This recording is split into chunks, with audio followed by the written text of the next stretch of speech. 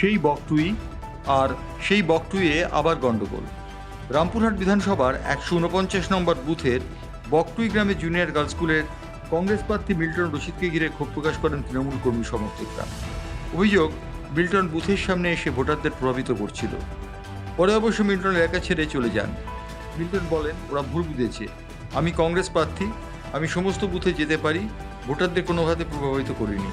প্রসঙ্গত, এই বুথেই 4টি মেশিন পরিবর্তন করা হয়েছে। সকাল 9:30টার পর ভোট গ্রহণ শুরু হয়। মিল্টন রশিদ যে ক্যান্ডিডেট, এখানে বলছে আমি মিল্টন রশিদ, আমি ভোট অ্যাকচুয়ালি আমি যেটা দেখলাম, আমাদের বকটুইয়ের মানুষের সত্যিকারের কপাল খারাপ। বেচারীরা বিভিন্ন দিক থেকে এমনই জর্জরিত আছে, আপনারা জানেন বকটুই কাণ্ড থেকে। আজকেও ভোটের দিন নিজের মতো করে ভোট দেবে, যে যাকে দেবে দেবে। এদের কপাল দেখেন, সবাই ভোট দিতে পেরেছে। সারা পশ্চিমবঙ্গের 4র্থ দফার ভোট যেখানে যেখানে হয়েছে, এদের আজকেও কপাল খারাপ। সবে ভোট শুরু হলো। হ্যাঁ, আচ্ছা আচ্ছা আচ্ছা আচ্ছা আচ্ছা আচ্ছা হ্যাঁ হ্যাঁ হ্যাঁ, এই তো কথা বললাম। হ্যাঁ, আপনাকে দেখে বিক্ষোভ করলো না না না, ওরা ভাবলো হয়তো প্রভাবিত করলো।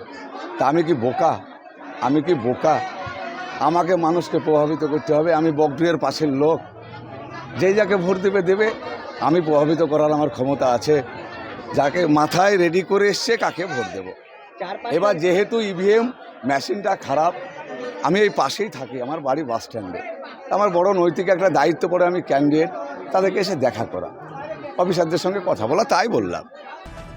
ব্যুরো রিপোর্ট, বাংলার পালস টিভি।